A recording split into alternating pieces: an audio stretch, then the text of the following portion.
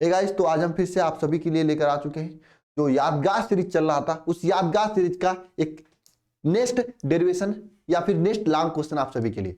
Guys, मैं यादगार series में आपको पूरे फिजिक्स से 12 सबसे महत्वपूर्ण डेरिवेशन या सबसे महत्वपूर्ण लॉन्ग क्वेश्चन, सब्जेक्टिव क्वेश्चन करा रहे हैं, जिसमें आपके डेरिवेशन भी है और लॉन्ग क्वेश्चन भी है। गाइस, मैं आप सभी लोगों से कहूंगा, आप पूरा फिजिक्स पढ़े या ना पढ़े, लेकिन इस 12 क्वेश्चन को जरूर पढ़ के जाना। ये 12 क्वेश्चन वे क्वेश्चन है जो आपके एग्जाम के लेकर इंपॉर्टेंट है और आपके एग्जाम में पूछे जा सकते हैं। साथ में आप सभी को मैं एक और बात बताना चाहता हूं। देखो, इस 12 क्वेश्चन को दिमाग से पढ़ना। दिमाग से पढ़ने का मतलब यह है, देखिए ये 12 क्वेश्चन आपके एग्जाम में, इसमें से 2-3 क्वेश्चन तो सीधे पूछे जाएंगे और जो बाकी क्वेश्चन है वो घुमा के पूछे जाएंगे। जैसा कि आप लोग इतना बड़े हो चुके हो, आपको इतना पता होगा कि जो लॉन्ग क्वेश्चन पूछे जाते हैं, उसी लॉन्ग क्वेश्चन में से छोटे छोटे करके 60 क्वेश्चन पूछे जा सकते हैं। कोई लॉन्ग क्वेश्चन में छोटा क्वेश्चन करके 60 क्वेश्चन बनाया जा सकता है। तो यहां से आपके कुछ 60 क्वेश्चन भी पूछे जा सकते हैं। साथ में जो डेरिवेशन में कराता हूं, वहां से उस डेरिवेशन पे आधारित कुछ न्यूमेरिकल भी पूछा जा सकता है। तो इसलिए आप सभी से मैं ये कहूंगा कि आप इन सभी क्वेश्चंस को ईमानदारी पूर्वक 12 क्वेश्चन को सॉल्व करना। प्लेलिस्ट में सभी लेक्चर्स मिल जाएंगे, फ्री ऑफ कॉस्ट, आप देख सकते हो, तैयार कर सकते हो। साथ में गाइस, मैं आप सभी लोगों से कहूंगा, अगर आपके पास पूरी प्रॉपर तैयारी नहीं हुई, अभी भी समय है, आप एक सही जगह जुड़कर सही तरीके से तैयारी कर सकते हैं। बस सही डायरेक्शन में आपको मेहनत करनी चाहिए। अभी इतना टाइम बचा हुआ है, केवल अगर आप अपने पूरे समय को डेडिकेटेड होकर पढ़ाई करेंगे तो आपकी अच्छी तैयारी हो जाएगी, आपको इधर उधर भटकना नहीं होगा। इसमें आप सभी लोगों के लिए इस वरदान बैच में एक साइड से बहुत ही बेहतरीन तरीके से, एक सही प्रॉपर गाइडेंस के थ्रू कि कौन सा सब्जेक्ट आपको, जैसे फिजिक्स में सबसे पहले क्या पढ़ना चाहिए, बाद में क्या पढ़ना चाहिए, एकदम बेहतरीन तरीके से आपको करा रहा हूं। वाकई में अगर आप डिप्रेस हो, अगर आपके पास समय है तो जरूर इसमें ज्वाइन करें। निश्चित रूप से आपकी बहुत ही अच्छी तैयारी हो जाएगी। और मैं YouTube पर आपकी बहुत ही बेहतरीन तरीके से प्रैक्टिस भी करा रहा हूं। जितने भी लॉन्ग क्वेश्चन मैं करा रहा हूं, 750 वाला सीरीज, 500 वाला सीरीज, उसके एक एक क्वेश्चन चार्ट जाना, एक एक क्वेश्चन चार्ट जाना मैं कर रहा हूं। आप यहां से पूरी थियरी तैयार कर लो, कंसेप्ट तैयार कर लो और यहां से आपकी प्रैक्टिस कर लो। एक भी क्वेश्चन इससे बाहर नहीं जाने वाला और आपकी बहुत ही अच्छी तैयारी हो जाएगी। चलिए गाइस, आज का जो बहुत ही इंपॉर्टेंट डेरिवेशन मैं लेकर आ रहा हूं, ये सेकंड फिजिक्स का डेरिवेशन है। ठीक है, सेकंड फिजिक्स का डेरिवेशन। हालांकि मुझे अभी सेकंड फिजिक्स यूट्यूब पे पढ़ाना है, मैं कोशिश करके जल्दी पढ़ाऊंगा उसको। ठीक है, लेकिन फिर भी आपको ये क्वेश्चन, ये डेरिवेशन आपके लिए इंपॉर्टेंट है और इस डेरिवेशन को ध्यान से समझना। आप पढ़े हो या ना पढ़े हो, समझ में आपको आएगा, बस दिमाग खोल के बैठना। नहीं समझ में आएगा, मैं कहूंगा आपसे, दिमाग एक बार 2 बार लेक्चर को देखना, निश्चित रूप से समझ में आएगा। ठीक है, तो चलिए गाइस, हो सकता है आज का ये लेक्चर थोड़ा लंबा भी हो, तो परेशान मत होना, क्योंकि लंबा क्वेश्चन है, अच्छा क्वेश्चन है, एग्जाम में जब भी आता है लॉन्ग क्वेश्चन में आता है और यहां से काफी न्यूमेरिकल भी बनते हैं। ठीक है, चलिए तो स्टार्ट करें हम लोग। आप सभी लोग तैयार हो, बताओ तैयार हो ना? चलो ठीक है, स्टार्ट करते हैं। बाकी वरदान बैच वाले जितने भी हैं उनको तो ये सब चीजें पढ़ा दी गई हैं। ठीक है, चलिए स्टार्ट करते हैं। तो गाइस, नेक्स्ट डेरिवेशन है आप सभी लोगों का, गोलीय अवतल पृष्ठ से अपवर्तन के लिए सूत्र। जरा जिनको भी गोलीय अवतल पृष्ठ से अपवर्तन के लिए सूत्र का फार्मूला आता है, जरा कमेंट बॉक्स में कमेंट करेंगे तो मैं देखूंगा किनको किनको आ रहा है। क्या है नेक्स्ट क्वेश्चन, लिखिए सभी लोग, गोलीय अवतल पृष्ठ से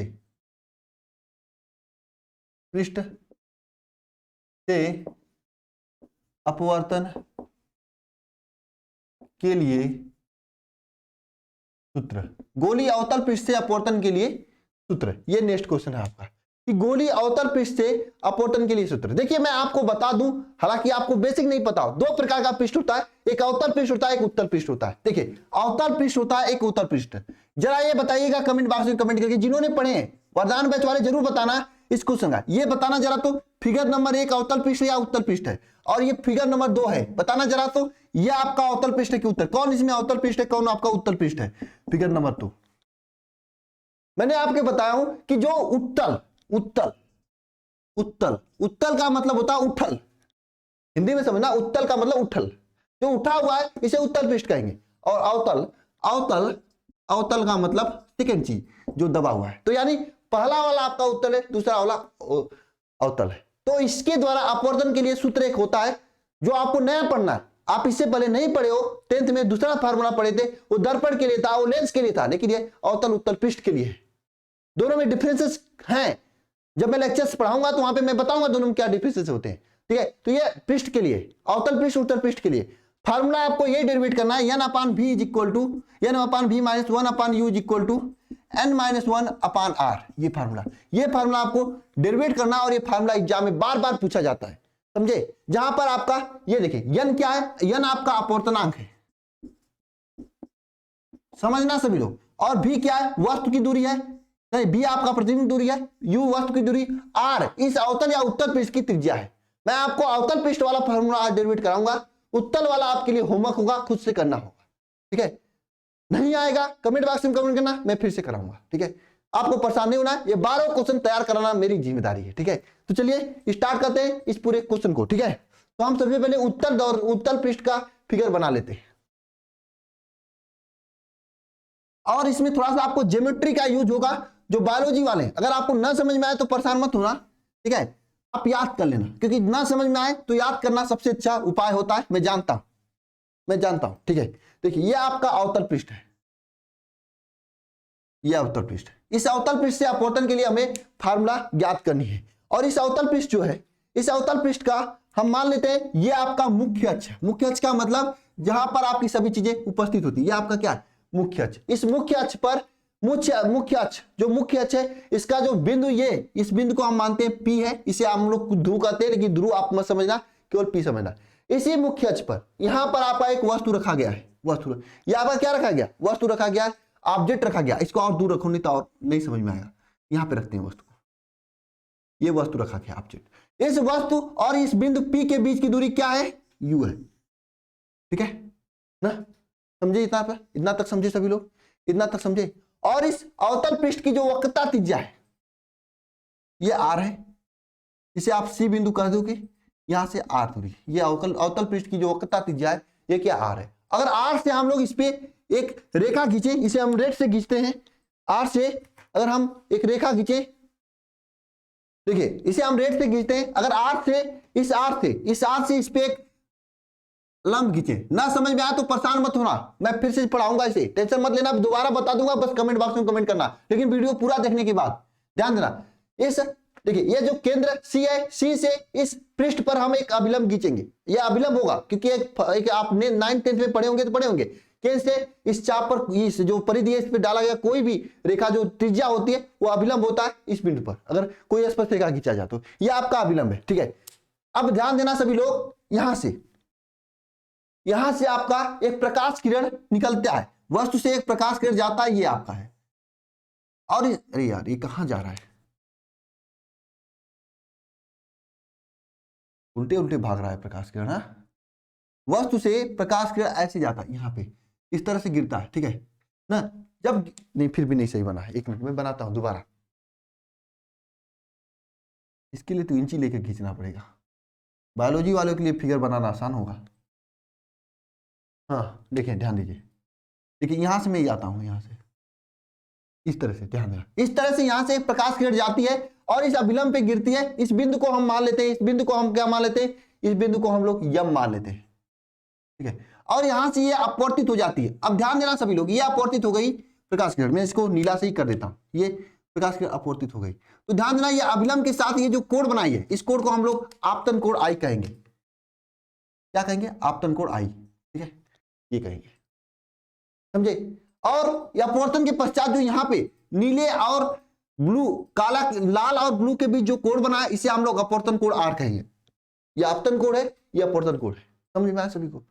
इसे I कोण कहेंगे, इसे R कोण कहेंगे। आपतन कोण है, वह क्या है, अपवर्तन कोण है, ठीक है, समझे कि नहीं समझे। अब ध्यान देना, देखो क्या है, ये आपका क्या है, एक विरल, ये इसे हम लोग वायु मानते हैं और इसे हम लोग कांच मानते हैं।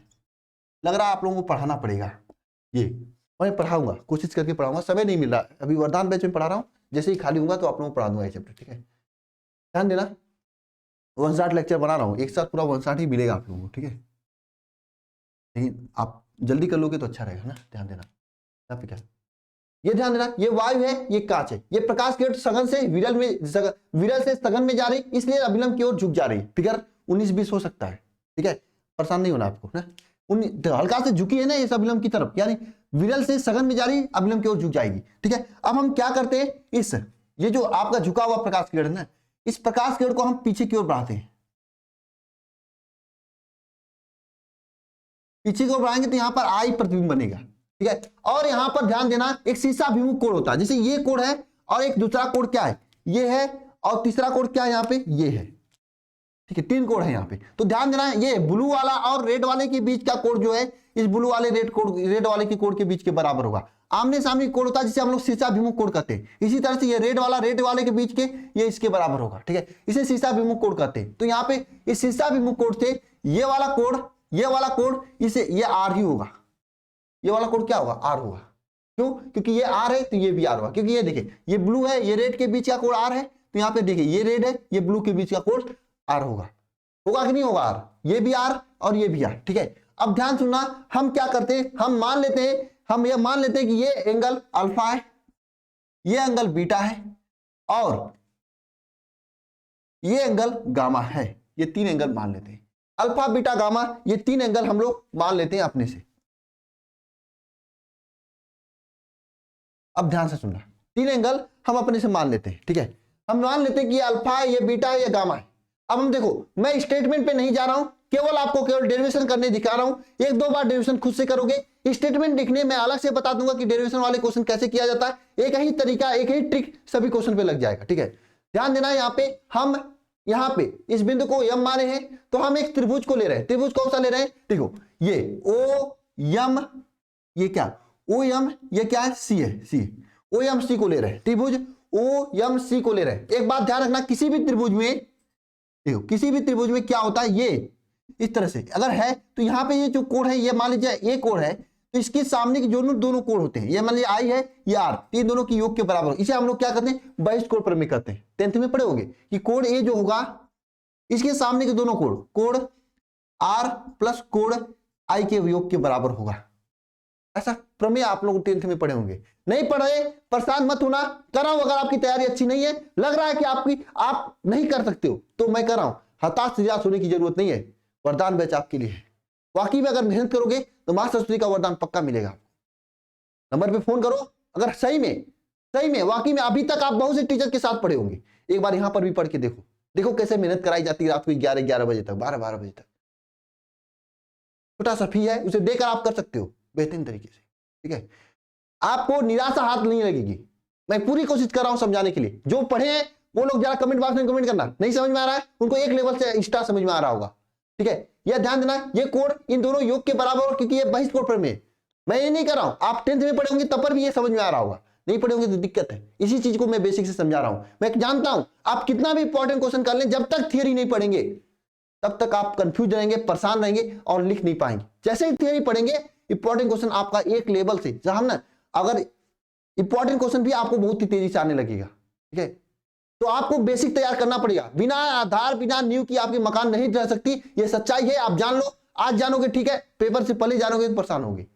आप कितना भी इंपॉर्टेंट क्वेश्चन कर लें, जब तक आप थियरी नहीं पढ़ेंगे किसी चैप्टर को बेहतरीन तरीके से, तब तक आपके वो इंपॉर्टेंट क्वेश्चन लंबे समय तक नहीं याद होंगे। ये सच्चाई है। हो सकता है अभी समझ में आ जाए, हो सकता है अभी याद हो जाए, लेकिन लंबे समय तक नहीं होंगे। ये सच्चाई जान लोगे तो आपके लिए बेहतर होगा, नहीं जानोगे तो परेशान होते रहोगे, ठीक है। ध्यान देना, ये ध्यान देना, आर और आई के बराबर होगा क्योंकि ये बहिष्ठ कोण है, समझे ना। चलिए अब यहां पे हम क्या करते हैं इसके आगे समझाते हैं आपको।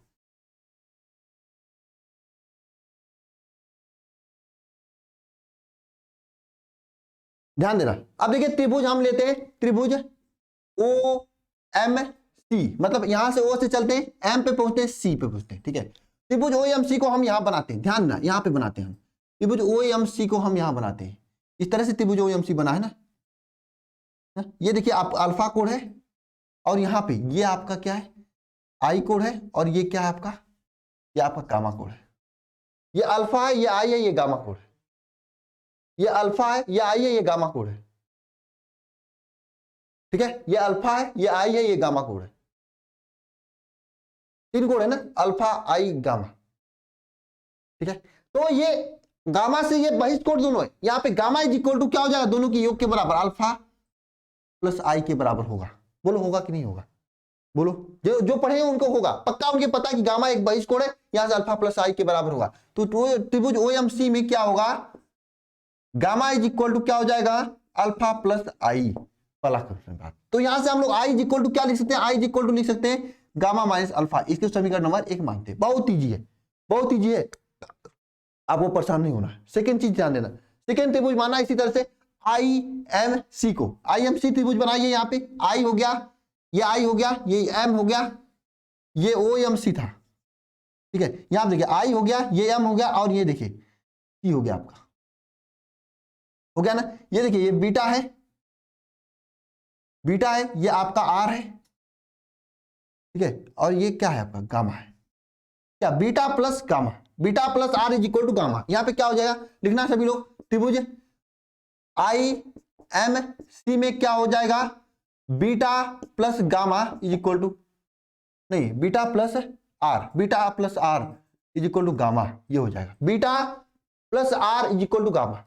हो जाएगा कि नहीं हो जाएगा, हो जाएगा, beta plus R is equal to gamma हो जाएगा। यहां पे क्या होगा, आई यहां से निकालोगे तो आर इज इक्वल टू क्या हो जाएगा, गामा माइनस बीटा, ये हो जाएगा। बोलो यहां तक समझ में आया, क्योंकि समीकरण नंबर 2 मानो, इसे समीकरण नंबर 1 माना, इसे समीकरण नंबर 2 माना। अब आपका पूरा साइंस यहीं से खत्म हो गया, मतलब पूरा मैथ आपका खत्म हो गया, अब साइंस स्टार्ट होता है। आप लोग पढ़ोगे क्लास 10 में भी पढ़ोगे स्नेल का नियम, स्नेल का नियम, स्नेल के नियम से क्या, sine I upon sine R is equal to क्या होगा, यन, जिसे आप लोग लिखते हो साइन आई, आई का वैल्यू क्या है, gamma minus alpha upon sine gamma minus beta is equal to क्या हो जाएगा, N, sine gamma minus alpha upon sine gamma minus beta is equal to N, ठीक है, समझे। अब यहां पे ध्यान देना क्या होगा, ये जो आपका, इससे पहले हम लोग एक काम कर लेते हैं, क्योंकि ये करेंगे तो थोड़ा सा आपको कंफ्यूजन होगी, मैं स्टार्ट में बता देता हूं, ध्यान देना। ये क्या होता है, ये साइन जो है यहाँ पे, ये जो कोण होते हैं आई और आर बहुत छोटा होते हैं, इसलिए साइन के फॉर्म में लेना बहुत और छोटा हो जाता है, इसलिए हम डायरेक्ट लिखते हैं sine I upon sine R लिखेंगे इज इक्वल टू यन। इसे हम लोग लिख सकते हैं क्या, आई इज इक्वल टू, यहां पे लिखते हैं, इसे हम लोग क्या लिख सकते हैं, आई इज इक्वल टू लिख सकते हैं आर यन, लिख सकते हैं कि नहीं लिख सकते, sine I upon sine R, क्योंकि ये बहुत छोटा एंगल है इसलिए साइन को निगलेक्ट मान देते हैं, sine I upon R equal to N, यहां से I equal to R N हो जाएगा। अब ध्यान देना यहाँ पे आई का वैल्यू क्या है, gamma minus alpha is equal to, R का वैल्यू क्या है, gamma n gamma minus beta, ये हो जाएगा, ठीक है। तो ध्यान देना यहाँ पे gamma minus alpha is equal to n gamma minus beta, ये ठीक है। अब ध्यान देना सभी लोग क्या होगा, यहां से ध्यान देना सभी लोग, यहां पे क्या होगा, और बहुत कुछ है, आपको इतना मालूम होना चाहिए कि कोण इज इक्वल टू चाप बटे त्रिज्या होता है, पता है नहीं, कोण इज इक्वल टू चाप बटे त्रिज्या, कोण इज इक्वल टू चाप बटे त्रिज्या, ये पता है कि नहीं पता है, कोण इज इक्वल टू चाप बटे त्रिज्या पता है कि नहीं पता है, इसको हम मिटा देते, बताओ नहीं पता है तो अभी पता कर लो। कोई भी कोण इज इक्वल टू होता है चाप बटे त्रिज्या, तो यहां पे ध्यान देना, जैसे ये अल्फा कोण है, अल्फा कोण इज इक्वल टू क्या हो जाएगा, चाप क्या है एमपी, त्रिज्या क्या है ओपी, ठीक है। तो यहाँ पे अल्फा इज इक्वल टू क्या हो जाएगा एमपी, देखिए ये क्या है एमपी, चाप आपका एमपी हो जाएगा, त्रिज्या क्या हो जाएगा ओपी, ओपी। इसी तरह से बीटा इज इक्वल टू क्या हो जाएगा, ध्यान देना, ये चाप क्या है एमपी और नीचे त्रिज्या क्या है आईपी, ठीक है। इसी तरह से गामा इज इक्वल टू क्या हो जाएगा, ध्यान देना क्या हो जाएगा, चाप एमपी बटे ये सीपी, एमपी बटे सीपी, ठीक है, ये हो जाएगा। एक बात ध्यान रखना सभी लोग, मैं यहां पे बता रहा हूं, देखो ये निर्देशांक ज्यामिति में जो चीजें इस मूल बिंदु O00 से इस साइड होती है वो सभी चीजें क्या होती है, निगेटिव होती हैं, और जो चीजें इसके इस साइड होती है वो पॉजिटिव होती है। तो यहाँ पे देखिए एमपी का वैल्यू क्या है, इस एमपी का वैल्यू क्या है, इस एमपी का वैल्यू क्या रखोगे, कुछ नहीं है तो इसको एमपी ही रहने देती, लेकिन यह ओपी जो है यह ओपी को क्या करते हैं, यू कर सकते हैं, यहाँ पे ओपी इज इक्वल टू क्या लिख सकते हैं माइनस यू, ठीक है। यहाँ पे लिखना आईपी, आईपी को ये प्रतिबिंब की दूरी से भी से प्रदर्शित करते हैं, तो यहाँ पे आईपी इज इक्वल टू लिखेंगे माइनस भी, लिखेंगे नहीं लिखेंगे। यहाँ पे ध्यान देना सीपी, सीपी को हम लोग आर से प्रदर्शित करते हैं और सीपी माइनस में हुआ माइनस आर, ठीक है, यानी ओपी के स्थान पे माइनस यू, आईपी के स्थान पे माइनस बी और सीपी के स्थान पे माइनस आर रखेंगे। आइए रखते हैं, इसमें पहले इसको यहां पे रखते हैं उसके बाद वो रखते हैं, ठीक है। पहले यहाँ पे क्या अल्फा इज इक्वल टू यहाँ पे लिखते हैं, ठीक है। सबसे पहले गामा, गामा लिखते हैं MP minus upon CP minus alpha का वैल्यू लिखते हैं एमपी अपान ओपी, ये is equal to N, gamma का वैल्यू लिखते हैं क्या MP upon CP minus beta का वैल्यू लिखते हैं एमपी अपान आईपी, ठीक है। ये तो ध्यान देना, देखो वो यहां पर भी एमपी है, यहां पर भी एमपी और यहां पर ही, यहां पे चारों जगह एमपी, एमपी एमपी कट जाएगा, बचेगा क्या आपका 1/CP minus 1/OP is equal to n 1/CP minus 1/IP। बचेगा नहीं बचेगा। अब आओ वैल्यू रखते हैं, सीपी का वैल्यू क्या है -r, लिखेंगे वहां पर 1/-r माइनस ओपी की वैल्यू क्या है -u, तो क्या लिखेंगे 1/-u ओपी कोष्टक में, ये हो जाएगा is equal to n 1/CP, CP का वैल्यू क्या है 1/-r है माइनस आईपी, आईपी का वैल्यू क्या 1/-b है। ये बोलो यहां तक समझ में आया सभी को? हाँ समझ में आया यहां तक? बोलो आया ना? अब देखो ये माइनस और ये माइनस दोनों प्लस हो जाएगा, इसी तरह ये माइनस और ये माइनस दोनों प्लस हो जाएगा, नहीं हो जाएगा, ध्यान देना, ये माइनस और ये माइनस प्लस हो जाएगा और ये माइनस दोनों प्लस हो जाएगा, तो क्या हो जाएगा 1/-r plus 1/u is equal to, ध्यान देना, n 1/-r प्लस 1/v। बोलो समझ में आया सभी को? बोलो समझ में आया कि नहीं आया? बताओ। अब ध्यान देना, ये जो n है इस n को क्या अंदर गुणा करेंगे तो क्या हो जाएगा 1/-r प्लस प्लस छोड़ो इसको 1/u को उस साइड लेते जाते हैं, ठीक है, तो यहां पे क्या हो जाएगा -n/r plus n/v minus 1/u, ठीक है। अब देखो इसको इस साइड लाते हैं, किसको n/r को, ठीक है, तो क्या हो जाएगा 1/-r, ठीक है, और ये plus n/r is equal to क्या हो जाएगा n/v माइनस 1/u। हो जाएगा नहीं हो जाएगा? नहीं दिखाई दे रहा है सर, थोड़ा सा हटाइए उसको, एक बार मैं फिर से दिखाता हूं आपको। अब दिखाई दे रहा है क्या? मैं फिर से लिख देता हूं इस पॉइंट को, फिर से समझना सभी लोग। यहां से बस कैलकुलेशन है, मैथ वाले चीजें उड़ा दिए होंगे, लेकिन मैं फिर से बता रहा हूं, ध्यान देना। यहां हम क्या करते हैं, यहां पे देखो 1/-r plus 1/u is equal to क्या हो जाएगा, n का अंदर गुणा करेंगे, n क्या हो जाएगा n/-r प्लस n/v, ये हो जाएगा। ध्यान देना, ये 1/u जो है इस साइड उठ के जाएगा वहां पे, ठीक है, और ये n/-r इस साइड आएगा, 1/-r प्लस हो जाएगा, माइनस से प्लस हो जाएगा n/r के, इधर देखिए n/v ये प्लस है 1/u, इधर जाएगा माइनस 1/u हो जाएगा।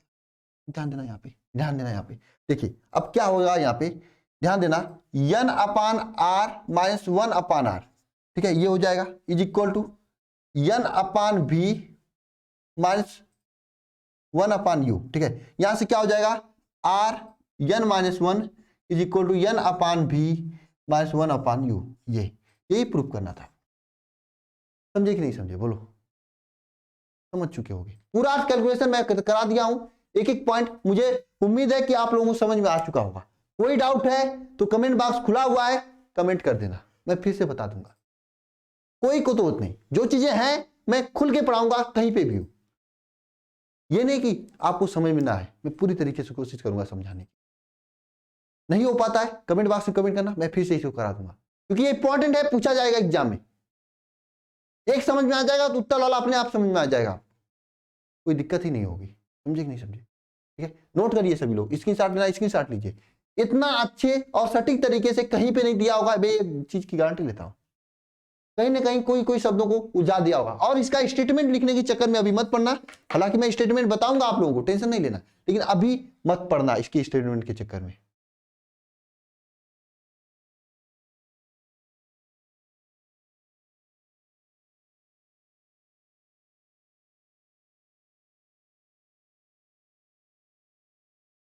हो गया? रब करते हैं इसको।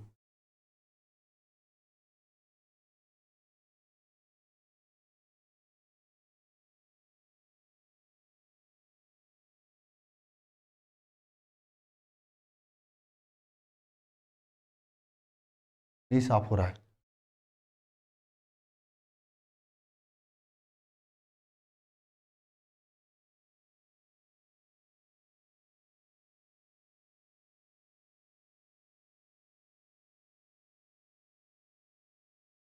कितना मेहनत करना पड़ रहा है आप लोगों के लिए ना। आप लोग की पढ़ाई करने के लिए तैयार ही नहीं हो।